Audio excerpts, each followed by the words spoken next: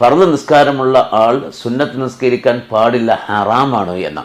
ആ സമയം കൂടി അദ്ദേഹം ഫർദ് ഖളാ വീട്ടിക്കൊണ്ടേയിരിക്കണം.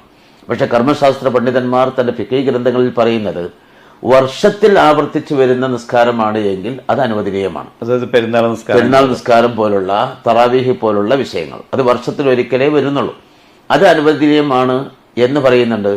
അതോടൊപ്പം ഉലമാ പറയുന്നത് ആ നിസ്കാരവും ഇമാമിനോടൊപ്പം ഒക്കെ നിസ്കരിക്കുന്ന നേരത്ത് ഇദ്ദേഹം മൗമുമായി നിസ്കരിക്കാതിരുന്നാൽ ഒരു പെരുന്നാൾ നിസ്കാരത്തിലും കൂടി പങ്കെടുക്കാത്ത ആളാണോ എന്നൊക്കെ ഒരു പക്ഷേ ഇദ്ദേഹത്തിനെ കുറിച്ച് മോശമായി ചിത്രീകരിക്കപ്പെടുകയോ, അല്ലെങ്കിൽ ആ സുന്നത്ത് നിസ്കാരം ഏതായാലും അദ്ദേഹം നിർവഹിക്കുന്നില്ലാത്തതുപോലെ ഈ ഫർദും അദ്ദേഹം ഖളാ വീട്ടുകയില്ല എന്നൊരവസ്ഥയാണ് എങ്കിൽ ആ തറാവീനോടൊപ്പം ചേർന്ന് ഇദ്ദേഹവും മൗമുമായി നിസ്കരിക്കുക. എന്നിട്ട് നിയ്യത്ത് ഇദ്ദേഹത്തിൻ്റെ ഫർദ് ഖളാ വീട്ടലാക്കി മാറ്റിയാൽ മതി.